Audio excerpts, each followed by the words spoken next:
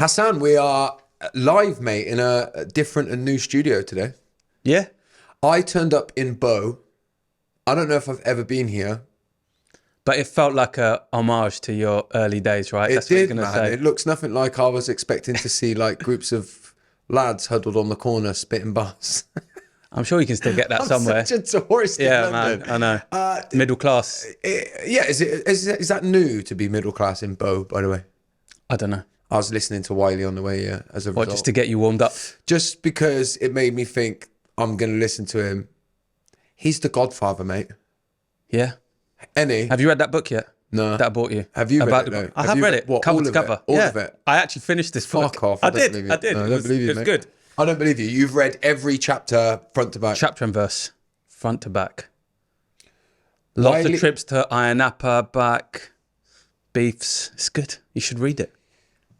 We didn't know at the time, yeah, that we were part of such a big movement. Do you mean me and you, or just No, me, man. You weren't part of the movement. no? was What's part of the that movement. club you used to go to? Bruno. Yeah, It no was, rooms. mate, Heartless Crew, which is in that book, innit?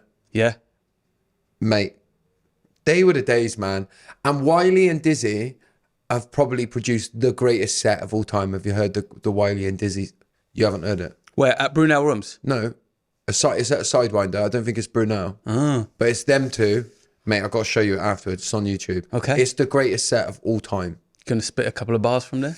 I can do the whole thing. Back bet to you back, can. Wiley and Dizzy's. But you have to mate. beat Ed's Angels rendition, don't you?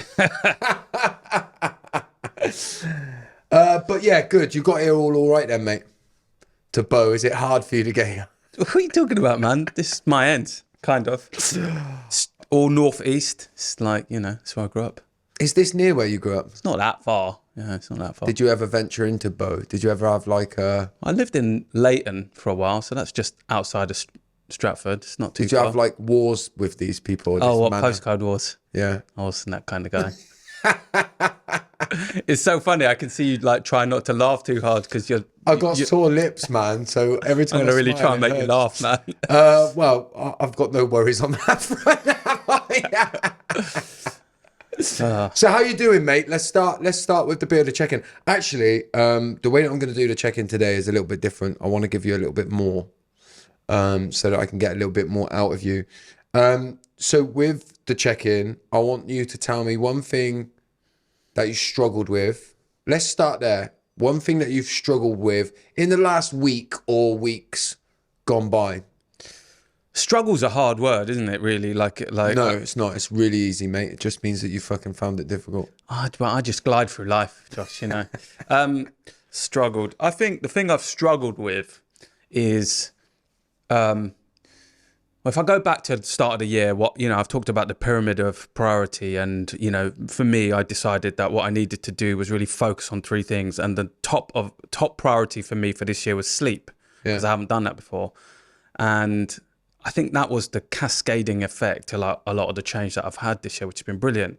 I'll say the thing I've struggled with is maintaining that, so it's easy to get to the top, but it's hard to stay there, right? So I think everything was going really well, but then as I've got a bit busier, as I've started to let a few bad habits creep in, I might be scrolling like TikTok or Instagram a bit later than I should. So I'm firing up my sort of dopamine a bit later than I would. I'm sleep. So that's probably had the thing that's had the biggest effect for me, because it's not the lack of sleeping, which is one thing. It's the sort of the knock-on effect of not having a good night's sleep, which is something that I just need to nip in the bud. And that might sound a bit trivial, but when I've attributed so much of my positive change to that, and kind of, the clarity that you get from it, I think that's the thing that sort of crept in a little bit. Genuine question, do you ever meet many people who put these systems in place and then live by them all of the time? No, and I'm not sort of beating myself up for letting... I know you're not. Like, I've pushed you to answer the question. Yeah. No, but that's something I was thinking about even outside of the question. It's like, for me, that's an important part of the identity that I want to create moving forward. It isn't just, I just want to do a little bit for a little while. It's an important part. So actually, it's in these moments where it starts to drift a little bit, you got to put the effort in. It's a bit like saying, like for every sort of ordinary Joe on the street, they're going to have those dips, but elite athletes in their prime, the elite athletes, they have to keep showing up. Yeah. To form those habits, you have to keep showing up even when you don't want to. Yeah. And so the knock-on effect as well is what I was doing is having good sleep, but then the following morning I'd get up around 5:45, do my workout, and that has had a bit of an impact on my sort of desire to get up and do the workout. So there's definitely been days where I had planned to get up and I thought, I'm too tired, so I'm not going to do it. And so I've just where I was doing like 4-5 workouts in a week. That's the last couple of weeks has sort of drifted to 2, 3 maybe. You know what I mean? So it's definitely having an impact. Yeah. What's TikTok feeding you at the moment, videos wise? I've been watching this guy, Mizzy, go, like, he's been blowing up, but basically he was doing pranks where he walked into someone's house in Hackney and then it blew up. And so then what you do is because you've watched that video, you then get people commenting on videos. So that's what seems to be happening on TikTok.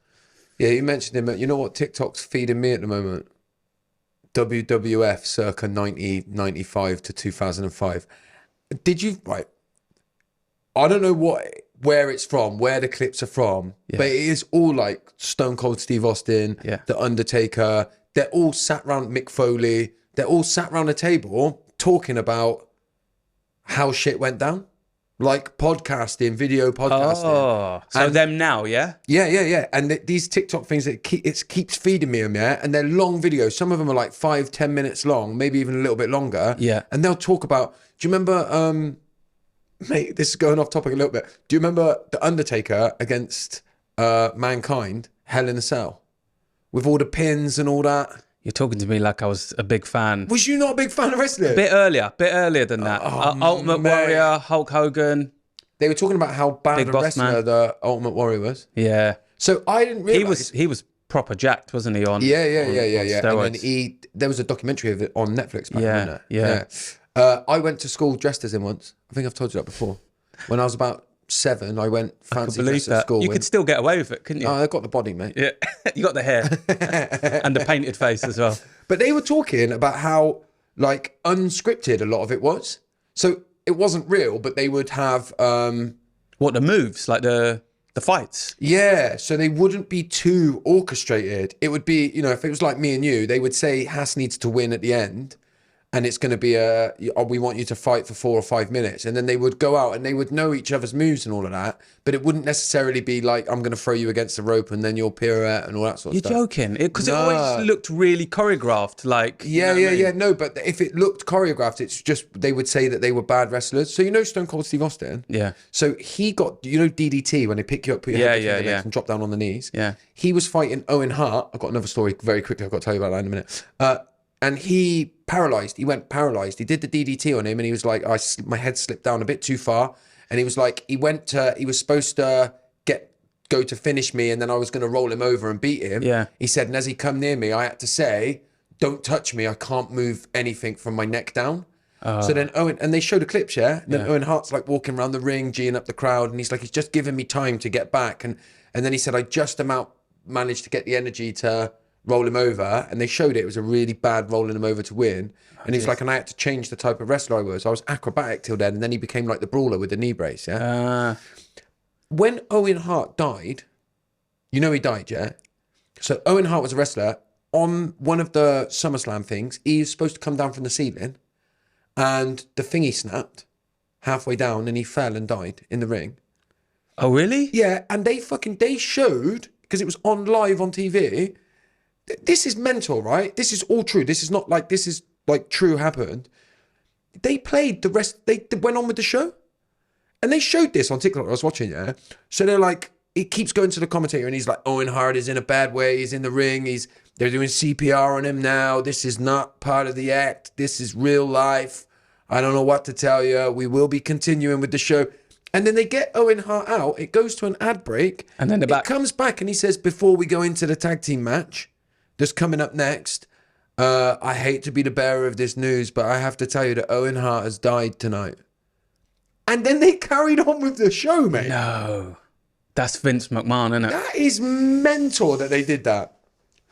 That's crazy, isn't it? Sorry, right, mate. so I'm going Do you think our listeners can switch on again? WWF podcast, mate. That was. I didn't realize you were like a major fan. Fucking mega, mate. I was mega when I was younger, mate. Yeah. Went to SummerSlam '92 at Wembley. Right. And one thing you just can't stop. I can't, man. One thing that there'll be a lot. By the way, you'll be surprised how many people. I was talking about it. Yeah. Kinnan Carter. I was there. Yeah. Loads of people there were talking about it. Yeah. And one thing that you're worried about this coming week or weeks. Whether the rest of this podcast is going to be about WWE or not. What am I worried about? I am worried about a lack of not enough momentum in our business, and there's a lot to do, and it's just things take longer than you think, and even when you plan for them to take longer, they take longer. And I'm somebody that wants results quickly, and so I've just got to figure out the right thing. I'm also somebody that loves to generate loads of ideas, because I think, okay, well, maybe that's the idea that's going to do it. But the problem with that is you've got to really, manage your resources and time when you're a small team, small business. So that's it. It's just like getting the momentum. And we're at that point where we're putting a lot of energy into something, which is us trying to drive our digital side of our business. And it's just about kind of, getting that momentum and really pushing and yielding on the investment that we're getting. So really, that's really the thing that's on my mind more than anything. And is the fact that you're going on holiday, because I forced you to go on holiday? Yeah, thanks. My children are very grateful. Yeah. They can thank me later, mate. They can thank me later. Does that affect that? No, not really. Will you switch off completely when you're on holiday? Yeah. Phone off, out of office on? Yep, definitely. No checking emails at all? I might check emails. You got to check them, innit? Yeah, I'm not. I could pretend on here that I'm not going to check my emails, but it's what gives me peace. It will keep my anxiety down if I just go, oh yeah, that's fine. I'm not going to do any work. I'm not going to jump in. I'm not going to do any Zoom calls. None of that rubbish. But I'll keep an eye on it. Also, I'm addicted to email. There you go. Yeah, no, you said that before, I think. Yeah. You said that like last week. Yeah, you can't help I've got to yourself feed from my checking addiction. Yeah, so I can send you emails, mate, if you want. Oh, not yours. If you yours goes straight in the bin. If you ever need a fix, I can forward you some of mine to answer if you want. I do that anyway, don't I? There's no fix. There's a lady on Instagram who I follow, Britt Frank, her name is, I think. But I saw her talking about, she said she's just written a book, right? And she was being asked about the book and how she got on writing it. And she said something on there that I bang buy into, yeah. And she was like, I don't buy into this work-life balance myth. She was like, it's a myth. She's like, you don't do anything that you love and passionately do it and do it in a completely balanced way. She was like, so when I was writing the book, when I was sprinting, I knew that I'd be up late sometimes writing it, and I allowed myself to sprint. And she's like, and I would try to even things up as much as I could. But the idea that your life is ever going to be balanced, especially if you're doing something that you love, is unrealistic. Yeah, I think it's easier to justify when it's when you're doing stuff you love, or it's your passion, or it's your business, right? In a way, it's when you're trying to seek out work-life balance when it isn't, your thing that you're building, right? Yeah. So it's a noble cause to try and get better balance. But an old boss of mine used to talk about work-life integration. And actually, so instead of saying, oh, I need to be downstairs and, create boundaries here, you might say, for me, I'll do emails in front of the telly with a glass of wine and chatting. For some people that works. Yeah. For others, they need the hard stop. Give me a headache thinking about it. Yeah, just too much stimulation. Things at once. Exactly. Yeah. But I talk about inclusion, as in don't try and find balance in life. Just make sure you're being inclusive. So if you've done too much of one thing for a long time, you don't have to try and balance it up. You don't have to pretend that if you've worked your ass off for 4 weeks, that you need to make sure that you're downtime for 4 weeks. Do you know what I mean? Just make sure that if you are working to the wire, that you're being inclusive and trying to create some space for that other stuff. Inclusive, what does that mean in this context? You're including all of the aspects of your life that need to be there. So from an emotional standpoint, from a kind of, if you're talking about work-life balance, yeah, family, social, and work, you're never going to balance them all out perfectly and get them to this place where it's like, I do 75% this. And, yeah. So just make sure that you're being inclusive in that, and that's what I try and do. I don't go, fuck man, I've done a whole week smashing it out where I've hardly seen the kids. Next week I have to make sure that I do loads of like making sure I'm with the family loads and loads and loads necessarily. But the next week I'll be like, I need to make sure I'm including my family time appropriately in this week. Do you understand what I'm saying? Yeah. I think so. Balance, the metaphor that comes to my mind on balance is a seesaw, right? If I do this, then I need to do that, right? What you talked about and the metaphor I used to like giving is like a graphic equalizer. You know, like an equalizer on a stereo. Take the bass up, the treble down, the high. You know what I mean? And so actually adjusting the levels is exactly what you're talking about. Yeah. And because you do that, you probably never feel like you need to do the seesaw. No. And that's why it's really important to adjust the levels rather than feel like you get to that point where you go, right, I've got to do, a whole week of the opposite of what I've just done. And that makes sense because last week was obviously Mental Health Awareness Week, right? So this is in terms of my check-in, I was flagging last week with all of the stuff that I deliver. Now, I know it's that week, and so I always block it out, and we like as a family we know that it's like I'm going hard, I'm a bit of a write-off that week. But I can see how burnout can come from people. You couldn't work like that every week like I worked. I was proper at breaking point by the end of the week emotionally. Is that because of the kind of work you were having to do, or was it because of the hours you were putting in? No, the work that I have to do. Yeah. Like it was all emotive, like the stuff that I was doing with Border Force earlier in the week was like really emotionally taxing, and then it was late nights and staying out, and I hate staying out. I don't sleep when I stay out. Especially when you're staying on someone's couch, is it? Yeah, exactly. I've got to stay in Manchester this week, and I've got to stay there because I've got to be there early on the Thursday for an event all day that's at a hotel, and I've booked at a hotel just around the corner rather than booking in the hotel that I'm delivering in. Because in case I see anyone. You don't want to bump into anyone, any delegates. Last thing I need, mate. Last thing I need. And last thing I would need in the morning when I go down for my breakfast, knowing that I've got to deliver a session in an hour or two and I want just a bit of headspace, is to fucking bump into someone. And then you have to do breakfast together. Oh, my days, man. You know, that's why I like being in London, because the chances of bumping into somebody that I know is quite slim. I always bump into people I know. What, in Tottenham, mate? Do you really? Yeah. Bump into people that you know? It's really weird. It's like that serendipity thing where it's because it's so big and the likelihood of you crossing each other as you're walking down the street is so slim, but it always seems to happen to me. Weirdest place you've bumped into someone you know? I don't know. Oh, fucking hell. Come on, mate. It's not that hard a question. Well, you answer it because you obviously have a story in mind. Trefelli Fountain? Is it Trefelli Fountain in Rome? I bumped into someone I used to play football with. Wow. Yeah. Great story. Fucking beat that. What are you worried about? What am I worried about? So InnerU starts in 2 weeks. Yeah. And so that means like going into June and stuff, I've got to work a lot of evenings. I don't like working evenings, man. And so like I find that quite emotionally taxing because I recharge when I'm at home with my family and I do my processes in the evening. Yeah. And because of breathing space as well, it means that there's a couple of evenings every week from June, like pretty much every week for 6 weeks. I'm working in a couple of evenings in the during the week. Yeah. So for how long? Just June. Weeks. Oh, 6 weeks. Yeah. Yeah. And what's on the other side of that? Nothing till September. Yeah. So like I've got a project that I'm working on that I'll be working on where I've actually had to clear the diary. Pretty. Yeah. Massively. So which I'm excited about.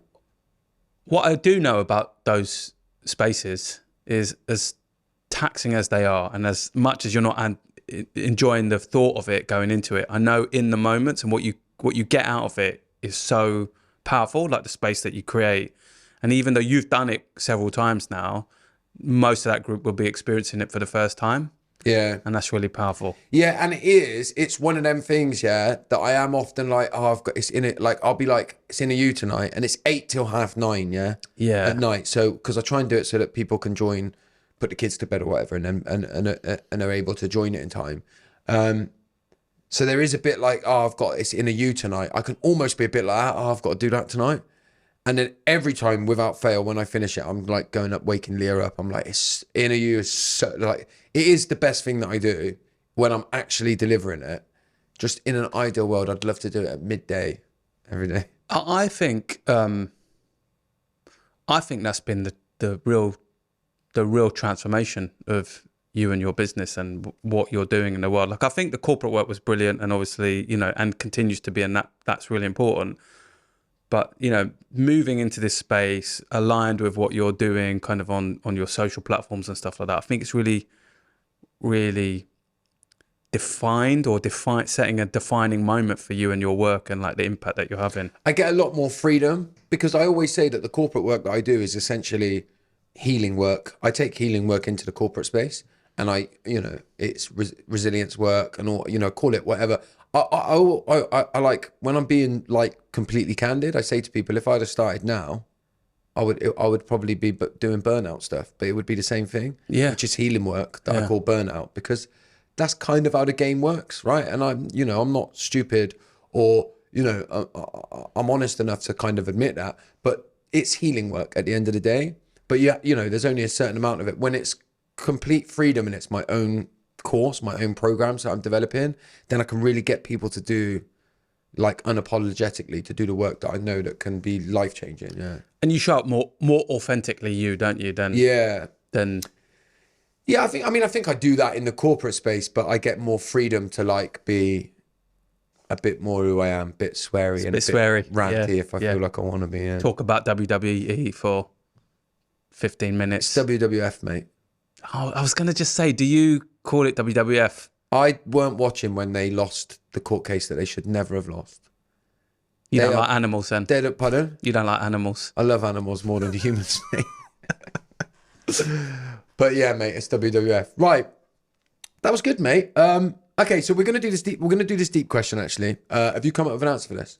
What's the question? Fucking hell, mate.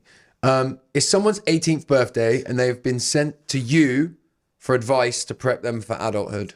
What are you telling them? You haven't thought about it, have you? No, I have. Honestly, I think the best advice I can give to somebody is to show up and authentically be yourself. And if I break that down, for me, I spent so much of my life considering myself to be a failure up until that point. Even through that point, I was probably at the peak of it, like, because I just kind of found out that I hadn't got A-levels that I needed to get into university, and that's all I'd been conditioned to do. So then I'd always played this role up in this, as I was going through school, I was the joker in the class because I wasn't able to apply myself academically. The reason I wasn't applying myself academically is because I wasn't conditioned to learn in that sort of environment. And so in an elite school, I fell behind very quickly. So for me, I was playing different versions of people that I thought wanted me to show up in a particular way. And so what I've learned through life experience, blood, sweat, tears, pain, lots of fails, some wins as well, is those moments where I've been happiest, where I've had most success, that's led me to be able to kind of build 3 businesses, build a team, work at the highest level in terms of, corporate work, my corporate roles, is just being myself, showing up, being myself. And myself is the culmination of lots of different parts, as you and I have always talked about. Mm-hmm. It's not just one self, one authentic self, it's many selves. And it's just listening to your intuition. And you will find yourself sometimes in a room where you're questioning yourself, and the voices will be in your head will be going really noisily in your head, telling you to show up in a different way, to act like the another person that you're seeing up on stage, or carrying themselves in a particular way, if they're an alpha character or something like that. And the instinct will be to just emulate them, because you'll see other people just emulating them. And so you will think, in order for me to be successful, I need to emulate them. But actually, like, really listen to yourself, really listen to your strengths, your intuitions, and play those out.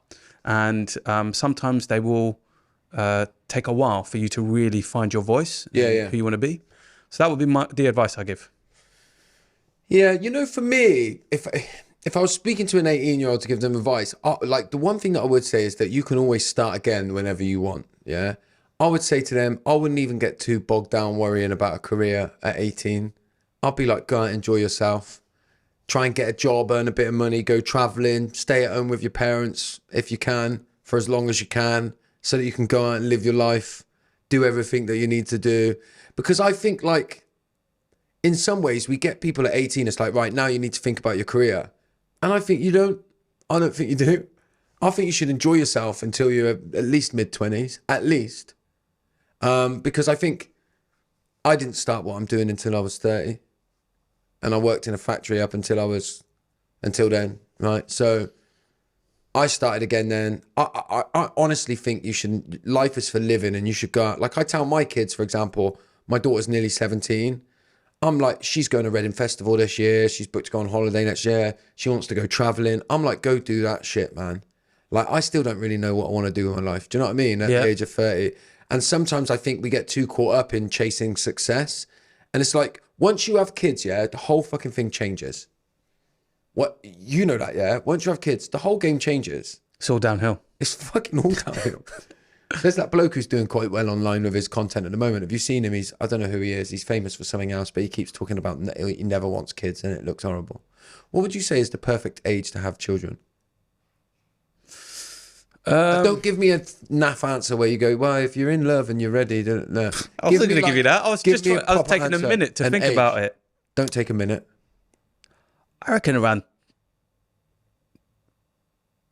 29, 30, 31, that sort of age. Post 30. Yeah. Definitely post 30. Yeah. If you can help it, one of the greatest bits of advice I would give you is don't have kids until after 30. When you were 16. I had 5 by the time I was 30. Wow. I actually think I might have had 6. I had kids at 8, one child at 18, one at 19, one at 21, one at 22, one at 28, and one at 30, I think. Man. And... Shit, man. It's been a long And you'll be young when... You know what I mean? That you'll be young and there'll be, like, adults with you. And that's quite fun. Like, I think being a young parent... It's hard, but then you reap the rewards, hopefully, on the other side of it once they're through. The only thing that I would say, is like, and we're talking optimum here. So don't, like, I am not saying that young parents are bad parents, I was a young parent. Some of the most amazing parents in the world are young, right? And all that sort of stuff. But I'm talking like in a hypothetical land where we're looking for the optimum. Like, I really think if you can go and live your whole life, do everything that you want to do. Like Leah, my wife. She did that. Went and did it. She did everything that she wanted. She was very ready to settle down then. There was no like, oh, I never got to do that, or I never got to. She did it all and then was ready. And I think our kids, her children, will benefit from that. Yeah. I think, like, you know, a lot of people start really, really early, jump into it. And I didn't have the patience. I ain't got much patience now with my kids. I'd like to have more at 35. But you know, I certainly didn't have the patience in my early 20s that I have now. And that's not true for everybody. But I certainly feel like in an ideal world, this fucking, like, you know, with the way that you can travel around the world and stuff now and really enjoy life, people should go and really, really do that. And then, you know, when you're really ready to settle down, then do that. Yeah. I mean, just going back to what you were saying around at 18, just go and enjoy life, have fun. Don't worry about not having the answers. Do you think most 18-year-olds, I know some will be thinking, oh, I need to have all the answers. And for some, there'll be a lot of pressure to know what they need to be doing at 18 because of the kind of academic route they might need to take at university if they're going that way or whatever.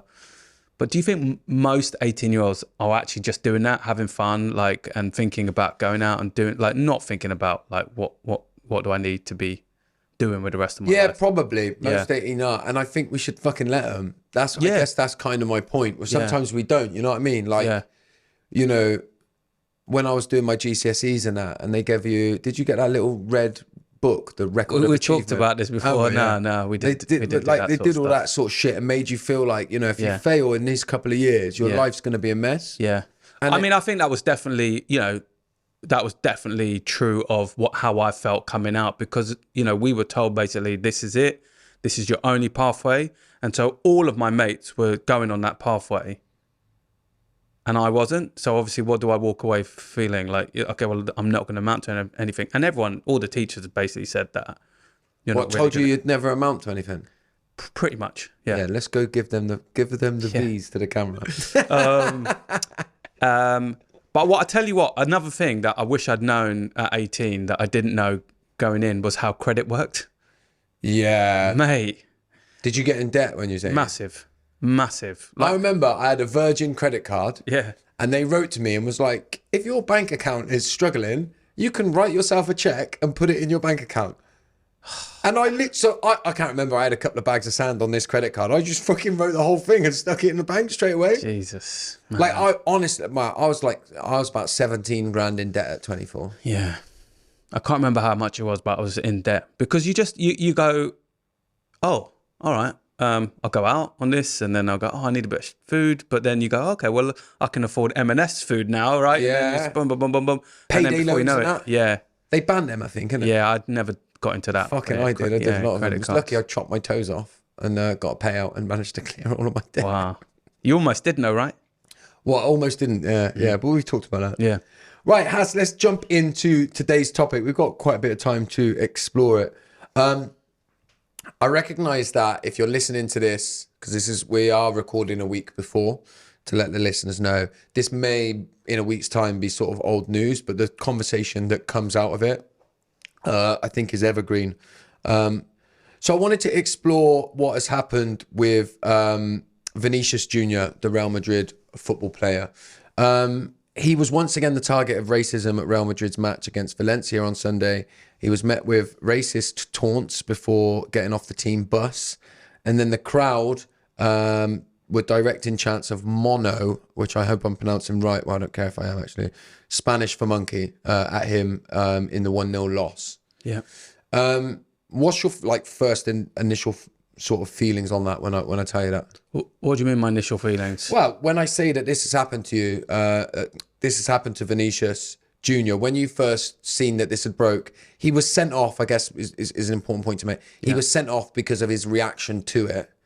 What was your first feelings when you saw the story? He wasn't sent off for his reaction to it, but I think it was his reaction, I think, caused what he was feeling, obviously what he was having to go through. What did he do then? I thought he literally did the shush sign to the crowd. No. I think he either, he hit a player in the face, or he hit him with his arm or something like that.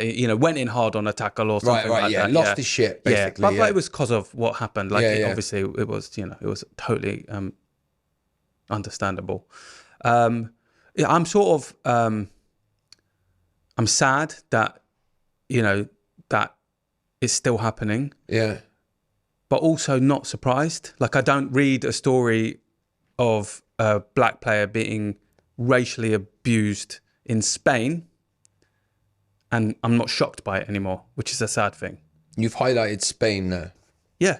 Yeah. Do you think it's worse there than perhaps other European countries then? Because Spain has a lot more press, right? Than say, I don't know, somewhere like Slovakia or Serbia or Russia, right? Yeah. We read about it more. So I don't know that it's worse.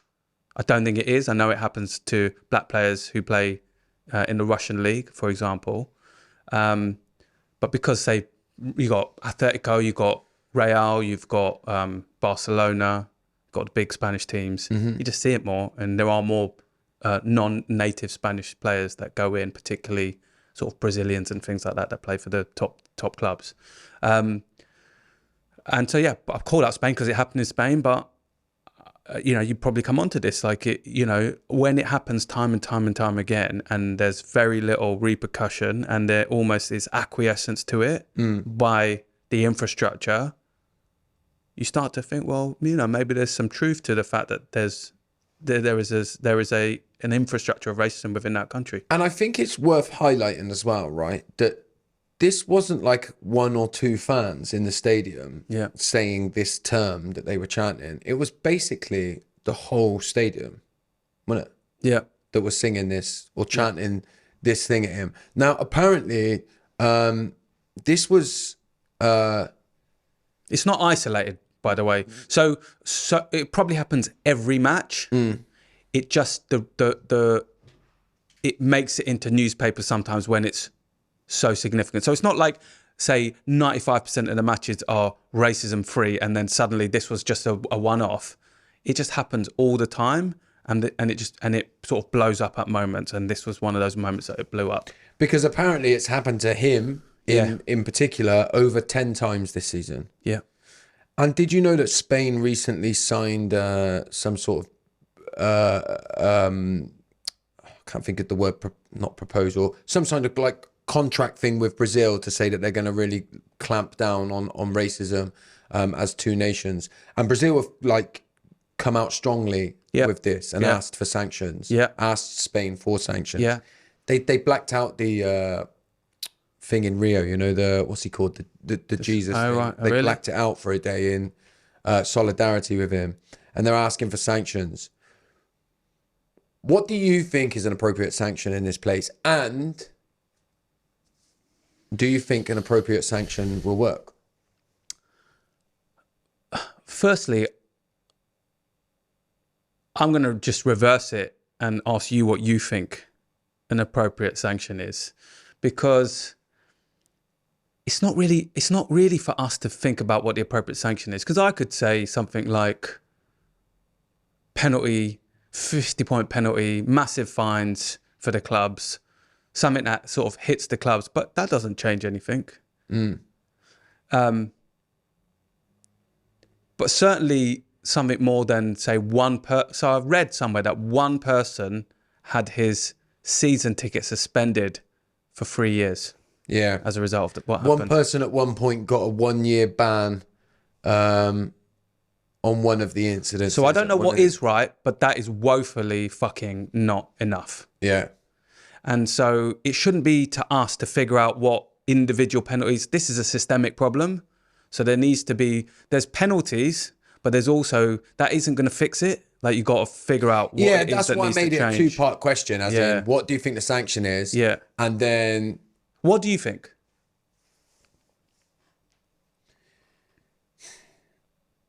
I think it's difficult because I think, what do? You go empty stadiums for a few games and they lose loads of money. I don't think that'll stop the fans doing it or chanting it. I think a points deduction. They're in a relegation battle, that Valencia. Yeah. So like a points sanction, I think would make people really look at, what I think it would make people do is look at whether they should be overtly racist within a ground. But I don't think it tackles the problem.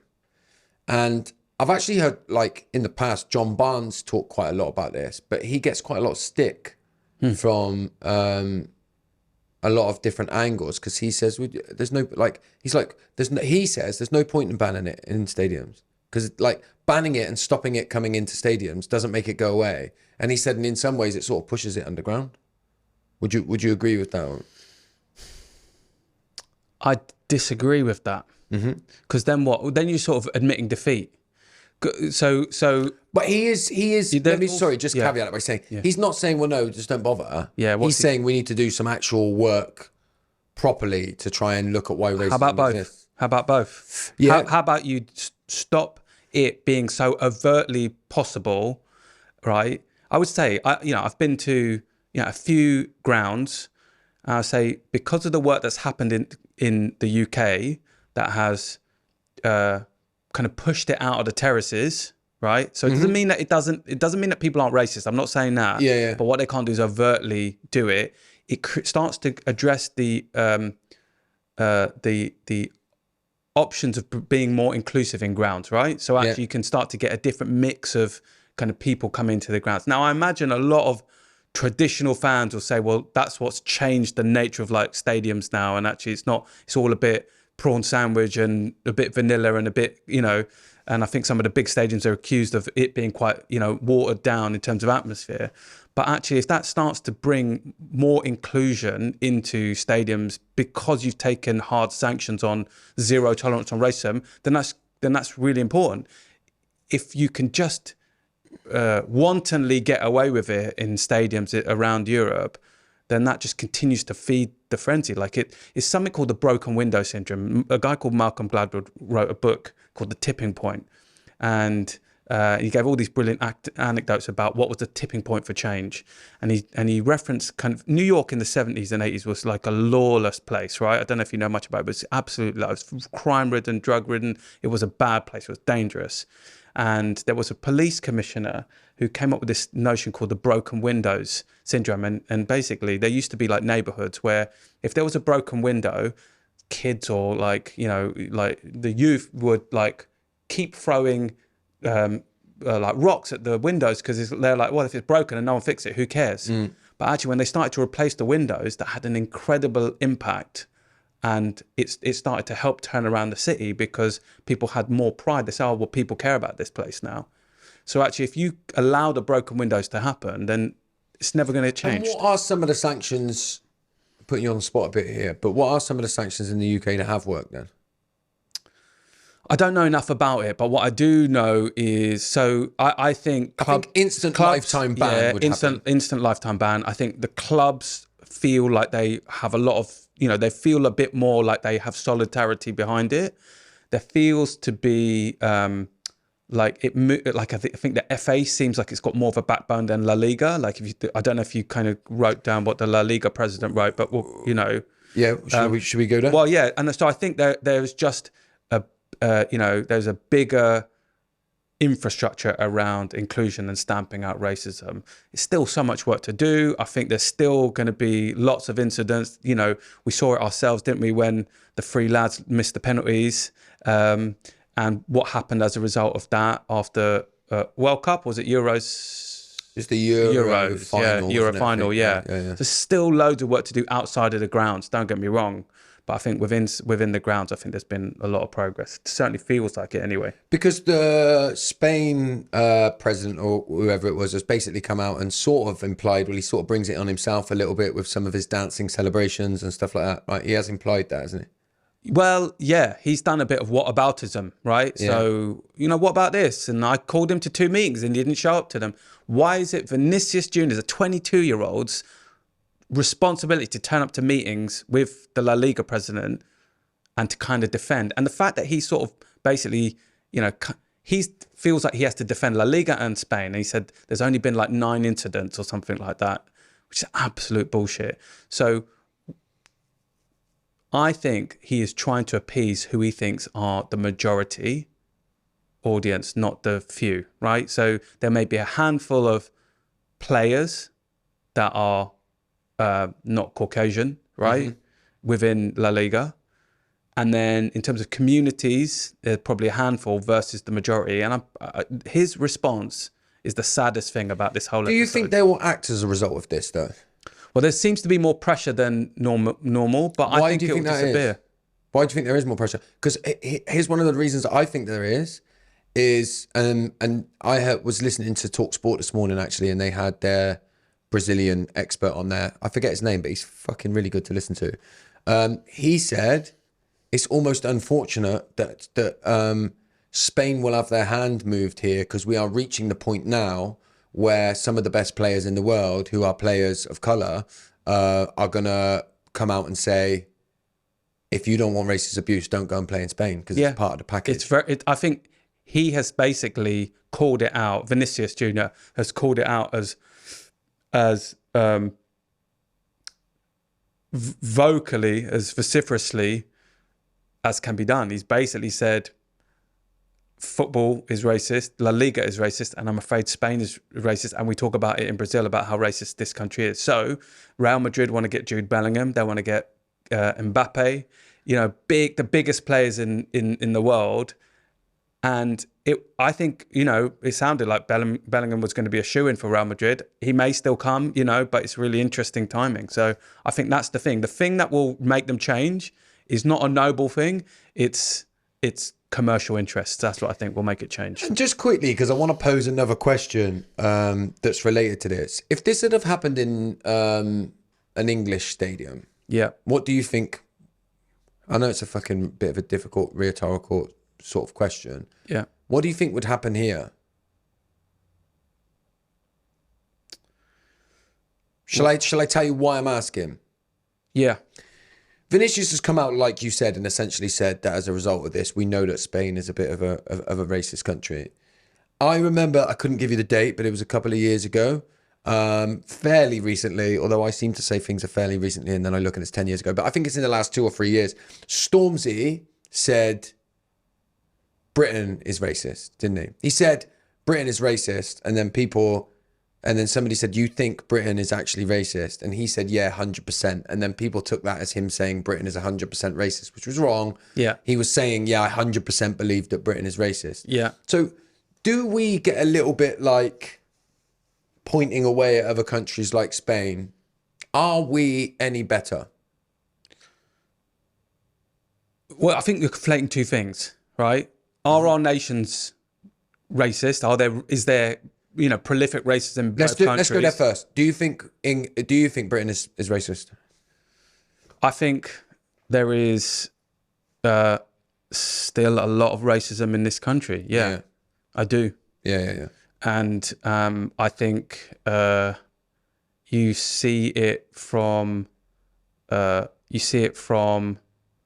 very overt experiences like we witnessed there that happened in Spain, but then it's a lot of insidious stuff that we've talked a lot about on this podcast. Yeah. Do I think every Briton is racist? No, of course not. Yeah. Do I think large swathes of the country are not racist?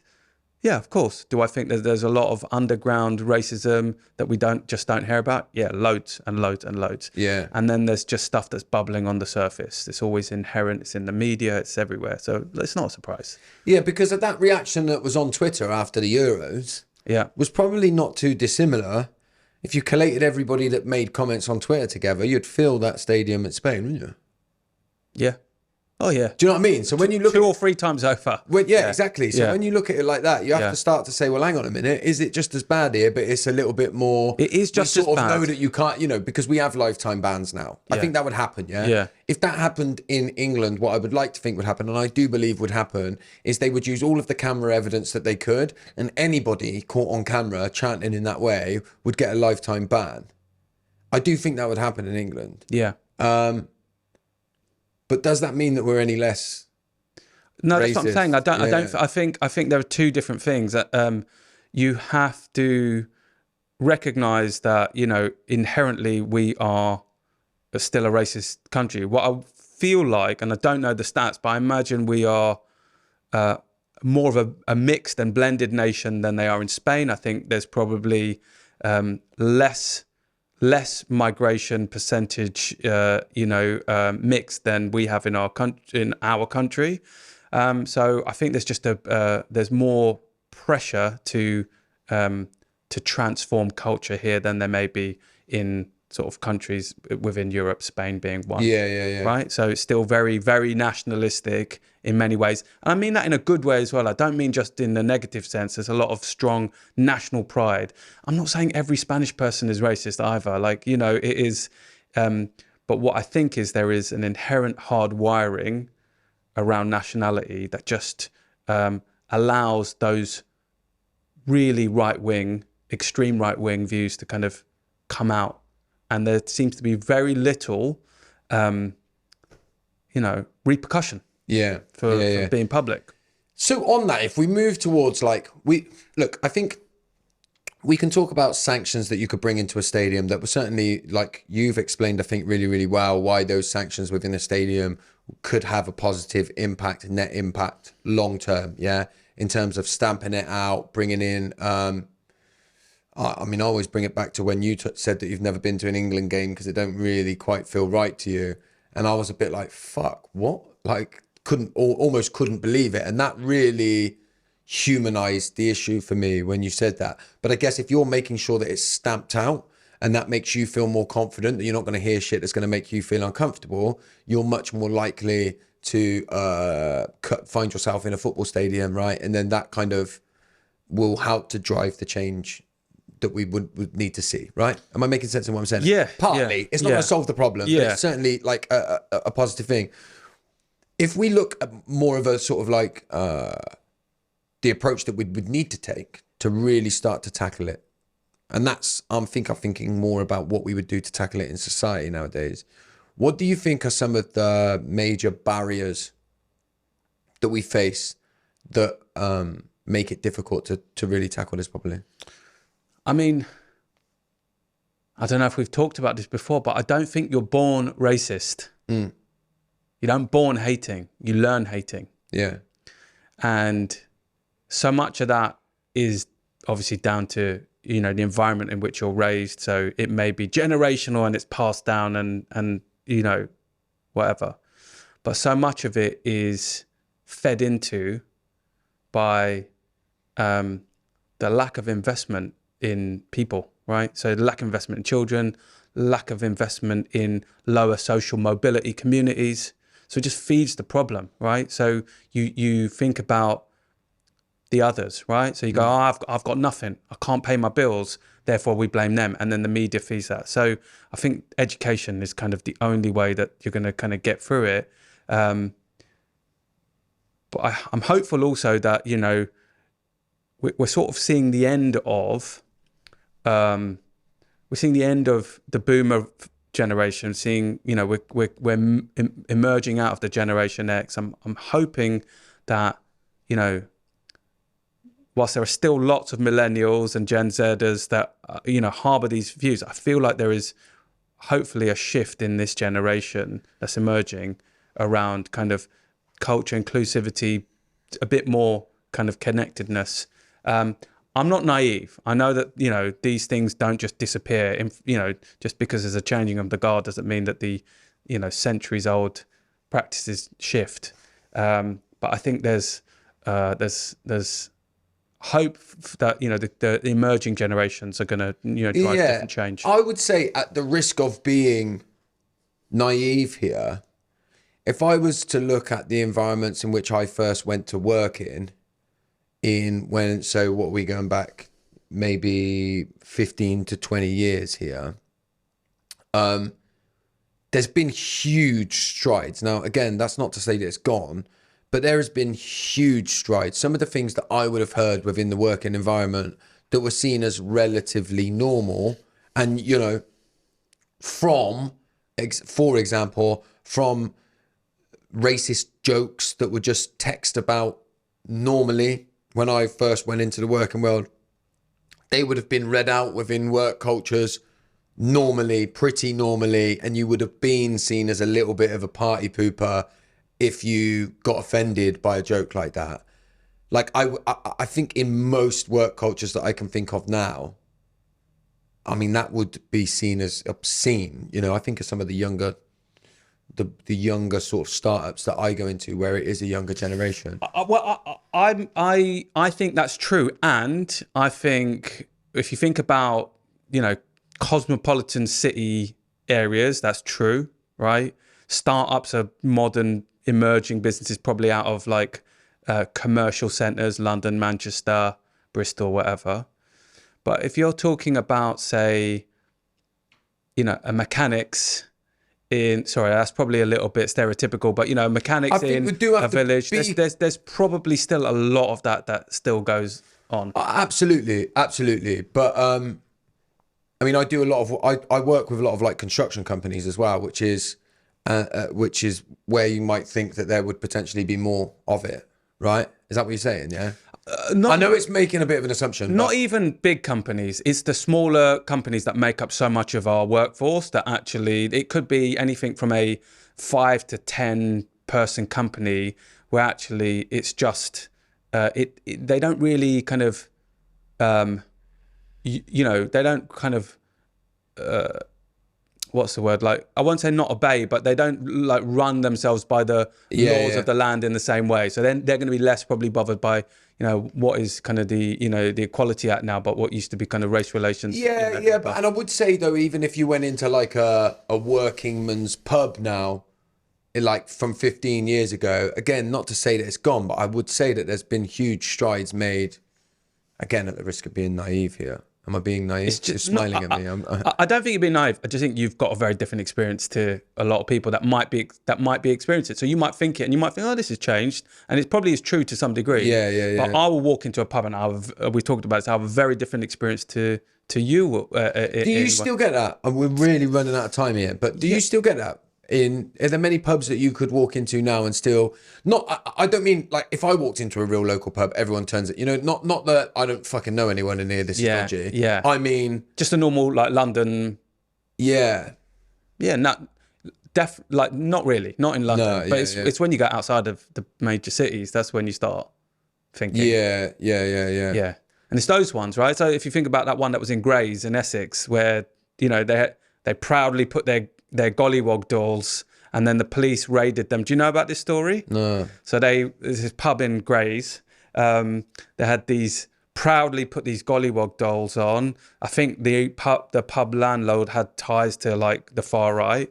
Then the police raided them, took it down, told them to take it down, and then they defied it, put some back on. And then what was brilliant is that the breweries basically said, we're not going to work with you anymore, and they had to shut down. You know what? So that's how it happens, by the way. But that's good that happens. Yeah, exactly. And I know we've got to shut down here, but I'm just like reflecting on my own, like, because I said, I purposely recognize sometimes when I might be being a bit naive and bring it on purpose to have it like, to have it kind of corrected in that way. And when you have it corrected, when you say that, my first thought is, fucking hell, man, I can't believe that's still happening. Yeah. But then we haven't got time to talk about it. But when you talk about like privilege, I guess when we like, that's what privilege, how it shows up in my life, is when that's not even on my radar. And if I'm not careful as a white person, I can start, you know what you talked about with like the protest fatigue and that. If I'm not careful, I can get like, oh, come on, man, it's not, you're looking for it when it's not there. And my head will go there a little bit. And then it's having conversations like this that bring my head back round. Yeah. Does that make sense? Yeah, like, at the risk of making myself sound fucking racist. I don't think it's naive at all, actually. It's because we create the space to have these conversations. And it's just a reminder that even though we think on the surface things are moving forward, they are. There's a lot of stuff that still hasn't happened below the surface of the water. So the term the tip of the iceberg. It means that there's a load of ice below the surface of the water, and that's that's where the work needs to be done. Yeah, exactly, mate. This has been brilliant. Really enjoyed it and look forward to the next one.